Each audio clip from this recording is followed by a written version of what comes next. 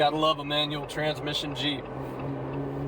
14 gears and a stick shift, there ain't really nothing like it. You know, up here we got the pitch and roll gauge. Kind of old school term is a tilt gauge.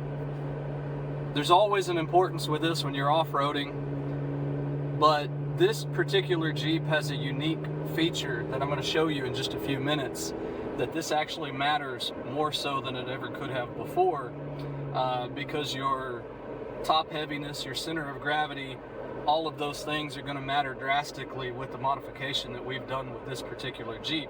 We're going to show you in a bit. Stay tuned. Alright guys, so welcome back to Samson's Odyssey. So we went with the Mojave, as you can tell here, not for the particular reasons that everyone else would. The Mojave has, in my opinion, the most dialed in suspension system from the factory that Jeep offers. The Rubicon is really good, but the Rubicon is designed so that you can modify it as you go. Its intended purpose is for you to build what you want. In my opinion, the Mojave is set up to be a desert runner at high speeds. It's dialed in to have the utmost suspension that it can have right from the factory. Along with that, there's the stouter suspension is a stouter frame, a beefier setup on the sway bars, the sway bar links. All of those things are going to matter in just a little while when we show you everything. Going a little further, I do prefer the Pentastar V6. There's a lot of people that like the diesel. There's people that like the Turbo 4. Don't have any problem with those, but I do love the torque that the 410s and the 3.6 liter Pentastar engine give me with the 6-speed manual the most. So that is the setup that we went with so that I can have full control for the setup of travel that we've particularly chosen to do. Well, here it is, guys, the Capri Cowboy Camper. I talked to several different manufacturers about a truck camper setup. I did talk to 4Wheel.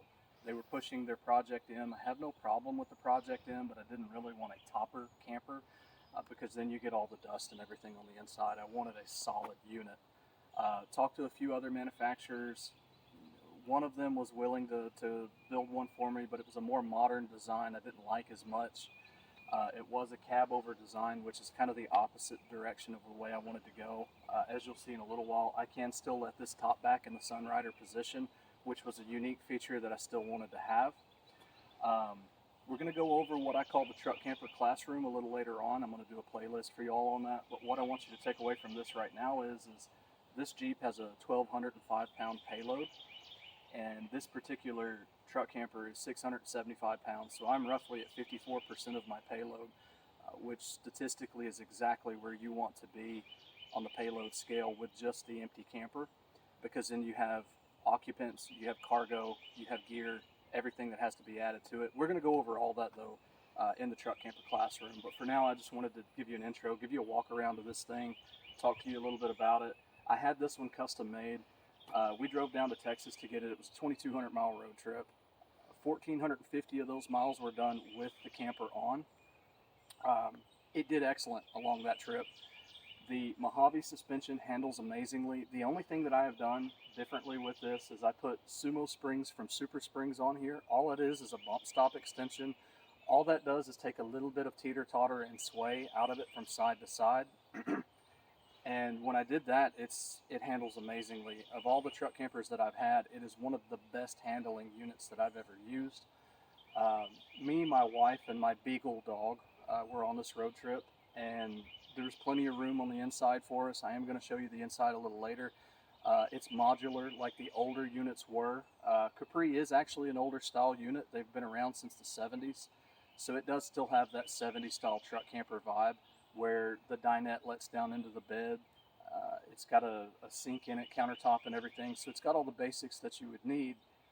We're going to go over that a little more in depth a little later on, but I just kind of wanted to give you a walk around of it real quick and kind of give you an intro to it. As we build the Jeep and as we go through things, I will talk to you about everything individually as we go along. But I did want the manual transmission because to me that is the ultimate form of truck camper travel, is to have the full control of the gears. So it's worked very well for me. I know there's people that love the manual Jeeps these days, and I know there's people that hate them, but I have nothing bad to say about them, especially with the 410 gears. It just handles this thing phenomenally. We were in a headwind the majority of the time that we were there, and I was still averaging about 15 miles to the gallon.